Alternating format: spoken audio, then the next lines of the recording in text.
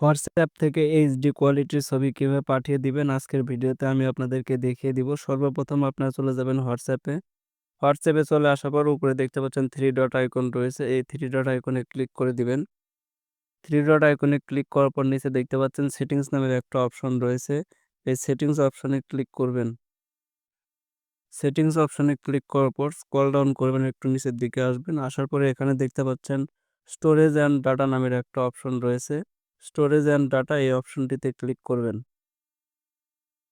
এটাতে ক্লিক করার পর এখানে কিন্তু অনেকগুলো অপশন চলে আসছে। আপনারা যেটা করবেন মিডিয়া আপলোড অ্যান্ড কোয়ালিটি, এটাতে ক্লিক করে দিবেন। এটাতে ক্লিক করার পর নিচে দেখতে পাচ্ছেন আমার কিন্তু এইচডি কোয়ালিটি এটা কিন্তু সিলেক্ট করা রয়েছে। তো আপনাদের ক্ষেত্রে থাকতে পারে স্ট্যান্ডার্ড কোয়ালিটি উপরেরটা।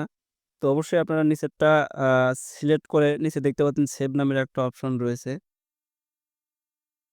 এই সেভ নামের অপশন রয়েছে, সেভ অপশনে ক্লিক করে দিবেন। এখন যদি আপনি কোনো ব্যক্তিকে হোয়াটসঅ্যাপে ছবি পাঠিয়ে দেন, ঝাপসা আসবে না, আর কিন্তু ডকুমেন্ট করার প্রয়োজন হবে না। সো ভিডিওটা যদি ভালো লাগে অবশ্যই ফেসবুক পেজটিকে ফলো করবেন এবং যারা আমার ইউটিউব থেকে দেখছেন অবশ্যই সাবস্ক্রাইব করে সাথে থাকবেন। ধন্যবাদ সবাইকে।